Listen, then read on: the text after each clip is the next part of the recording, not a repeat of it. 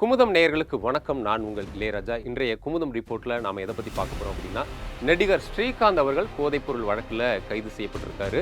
நடிகர் ஸ்ரீகாந்த் மட்டும் இல்லாமல் அதிமுகவினுடைய முன்னாள் நிர்வாகி, அதாவது அவருடைய எக்ஸ் தளத்திலேயே say no to drugs DMK அப்படின்னு சொல்லி திமுக அரசை விமர்சித்து வந்த அதிமுக ஐடி விங்கில் முக்கிய நிர்வாகியாக இருந்த பிரசாத் அப்படிங்கிறவரும் பிரதீப் குமார் அப்படிங்கிறவரும் கைது செய்யப்பட்டிருக்காங்க அப்படிங்கிறது தான் பரபரப்பாக பேசப்பட்டு இருக்கு. இந்த போதைப்பொருள் வழக்கில் நடிகர் ஸ்ரீகாந்த் எப்படி உள்ள வந்தார், அவர் எப்படி இதில் சிக்கினார் அப்படிங்கிறத இந்த வீடியோ தொகுப்பில் நாம முழுமையாக பார்க்கலாம் வாங்க. Periyar Maniammai institute of science and technology, Thanjavur. Aerospace engineering with specialisation in unmanned aerial vehicle. Tamil Nadu Grama bank, எதற்கும் எப்பொழுதும் உங்கள் நம்பிக்கையான வங்கி. கடந்த 2002ஆம் ஆண்டு ரோஜா கூட்டம் அப்படிங்கிற திரைப்படம் மூலமாக தமிழ் சினிமாவுக்கு அறிமுகமானவர் ஸ்ரீகாந்த். அந்த ரோஜா கூட்டம் திரைப்படம் மிகப்பெரிய வெற்றியை பெற்றது. அந்த ரோஜா கூட்டம் திரைப்படத்திற்கு பிறகு மனசெல்லாம், ஏப்ரல் மாதத்தில், பார்த்திபன் கனவு, கடைசியாக அவர் நடிகர் விஜயனுடன் இணைந்து நடித்த நண்பன், இது போன்ற பல வெற்றி திரைப்படங்கள் நடித்தவர் தான் நடிகர் ஸ்ரீகாந்த் அவர்கள். அவர் அண்மையில் பல வருடங்களாக பெரிய படங்கள் எதுவும் பட வாய்ப்புகள் இல்லை. சில வந்த படங்களும் தோல்வியை தான் தழுவினுச்சுது. இந்த சூழ்நிலையில் தான் திடீர்னு அவர் கைது செய்யப்பட்டிருக்காரு. அவர் கைது செய்யப்பட்டதற்கு பின்னணியில் ஒரு ட்ரக்ஸ் மாஃபியா இருக்குது அப்படின்னு சொல்கிறாங்க. இந்த வழக்கில் நடிகர் ஸ்ரீகாந்த் அவர்கள் வெறும் போதைப்பொருள் பயன்படுத்தியது மட்டும்தானா, இல்லை அவரும் போதைப்பொருள் விட்டுறதில்ல, அந்த செயினில் ஏதாவது அவருக்கும் பங்கு இருக்கா அப்படின்ற பல்வேறு கோணங்களில் போலீஸார் விசாரணையை மேற்கொண்டு வராங்க. குறிப்பாக ஜூன் 22 அன்று நுங்கம்பாக்கம் போலீஸார் நடிகர் ஸ்ரீகாந்த் அவர்களை அவருடைய வீட்டுக்கு சென்று ஒரு விசாரணை அப்படின்னு சொல்லி அழைச்சிட்டு போகிறாங்க. அந்த விசாரணையில் நீங்கள் போதைப்பொருள் பயன்படுத்துகிறீங்களா அப்படின்னு சொல்லி விசாரணையை துவக்கியிருக்காங்க. இது ஸ்ரீகாந்த் அவர்களுக்கு அதிர்ச்சியாக தான் இருந்திருக்குது. ஏன் அப்படின்னா, இந்த வழக்கில் எப்படி இவர் சிக்கியிருக்கார் அப்படின்னு பார்த்தோம் அப்படின்னா, இந்த வழக்கில் அதிமுகவினுடைய முன்னாள் நிர்வாகி, அதாவது தகவல் தொழில்நுட்ப பிரிவில் முக்கிய நிர்வாகியாக இருந்த மயிலாப்பூரை சேர்ந்த பிரசாத் அப்படிங்கிறவர் தான் முதல்ல இந்த வழக்கில் சிக்கிறார். அவர் எப்படி சிக்கிறார் அப்படிங்கிறத முதல்ல பார்த்துடலாம். கடந்த மாதம் நுங்கம்பாக்கம் ஒரு தனியார் மதுபான விடுதியில் ஒரு பெரிய சண்டை ஏற்படுது. அந்த சண்டையில் ஒரு முக்கியமான 3 பிரமுகர்கள் கைது செய்யப்படுறாங்க. அதாவது அதிமுகனுடைய ஐடி விங் நிர்வாகியான பிரசாத் மற்றும் அதிமுகனுடைய நிர்வாகியான அஜய் வாண்டையார், இன்னொரு ரவுடி சுனாமி சேதுபதி அப்படின்ற 3 பேரும் கைது செய்யப்படுறாங்க. இந்த பிரசாத் அப்படிங்கிறவர் மேலே பல்வேறு வழக்குகள் ஏற்கனவே இருக்குது. இவர் அதிமுகவில் இருந்துக்கிட்டு ஒரு அரசியல்வாதி என்ற பெயரில் பல குற்ற செயல்களில் ஈடுபட்டதாக சொல்கிறாங்க. குறிப்பாக அரசு வேலை வாங்கி தரதா சொல்லி பண மோசடி செஞ்சதாலாம் சொல்கிறாங்க. இவர் இந்த அடிதடி வழக்கில் கைதாகும் போது போலீஸாருடைய விசாரணையில் பல திடுக்கிடும் சம்பவங்கள் வந்திருக்குது. குறிப்பாக அவருடைய போனை ஆராயிறாங்க. அந்த போன் மூலமாக தான் பல கிணறு வெட்ட பூதம் கிளம்பின மாரி ஏதோ ஒரு வழக்கில் போய் அது ட்ரக்ஸை நோக்கி போயிருக்குது. குறிப்பாக அவருடைய போனை ஆராய்ஞ்ச போது அவருடைய ஜிபேவில் நிறைய டிரான்சாக்ஷன் நடந்திருக்குது. குறிப்பாக பெரிய பெரிய தொகை, பெரிய பெரிய விவிஐபிஸ்க்கெல்லாம் அவர் இந்த டிரான்சாக்ஷன் நடந்திருக்கு. அது எதுக்காக நடந்திருக்கு அப்படின்னு பார்த்தா, இவர் கொக்கைன் மாதிரியான ட்ரக்ஸை டிஸ்ட்ரிபியூட் பண்ணியிருக்காரு, விற்றுருக்காரு அப்படிங்கிறது தான் அந்த குற்றமாக இருக்குது. குறிப்பாக நடிகர் ஸ்ரீகாந்த் அவர்களுக்கு இவர் கொக்கைனை சப்ளை பண்ணியிருக்காரு அப்படிங்கிறது தான் இந்த விசாரணையில் அதிர வைக்கிற ஒரு வாக்கு மூலமாக அவரை கொடுத்துருக்காரு.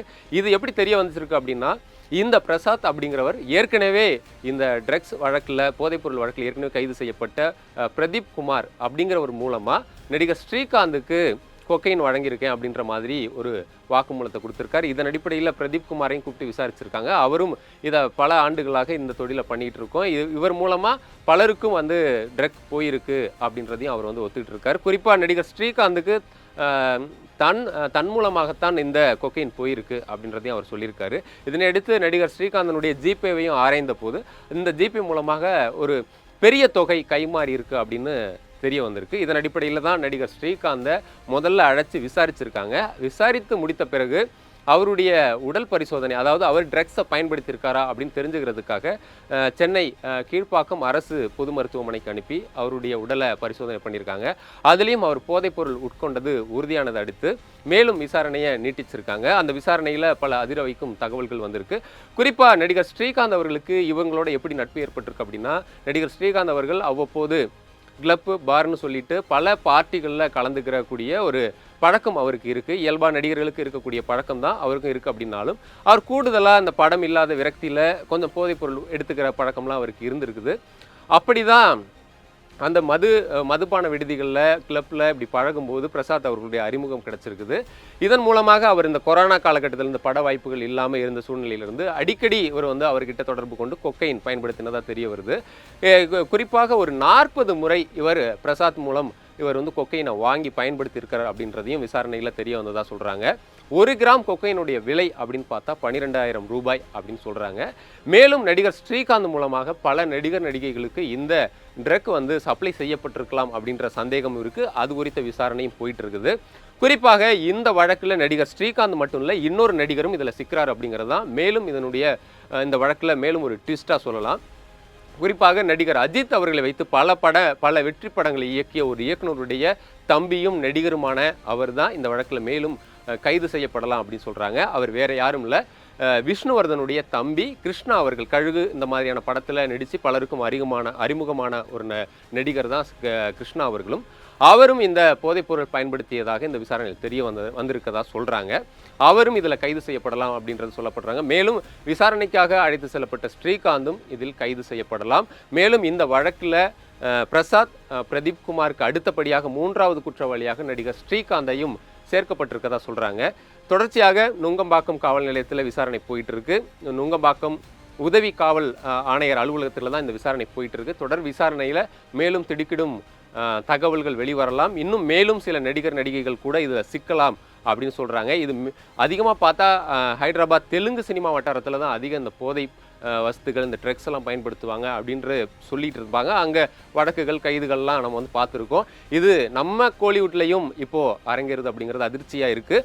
மேலும் இதில் இன்னொரு தகவல் என்ன அப்படின்னா, இந்த பிரசாத் அப்படிங்கிற நபர் நடிகர் ஸ்ரீகாந்தனுடைய தீக்கிரை அப்படின்ற படத்தை தயாரித்து வரதா சொல்கிறாங்க. அதாவது அந்த படத்துக்கு 3 தயாரிப்பாளர்கள் இருக்காங்க. அந்த 3 பேரில் ஒருவர் தான் இந்த பிரசாத் அப்படின்னு சொல்கிறாங்க.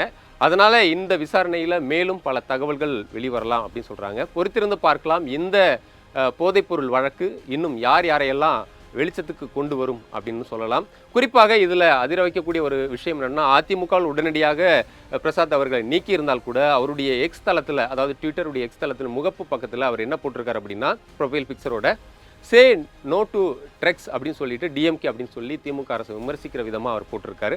இப்படி ஒரு விமர்சனத்தை வச்சுட்டு அவரே ட்ரக்ஸை வித்திருக்காரு அப்படிங்கிறது தான் அது இன்னும் திமுக மற்றும் அந்த தரப்பு கூட்டணி கட்சிகளால் இன்னும் ட்ரால் செய்யப்பட்டு வருது. இன்னும் மேலும் சில அதிர்ச்சிகரமான தகவல்களும் வெளிவரக்கூடும் அப்படின்னு சொல்றாங்க. பொறுத்திருந்து பார்க்கலாம். Periyar Maniammai Institute of Science and Technology, Tanjavur. Aerospace engineering with specialization in unmanned aerial vehicle.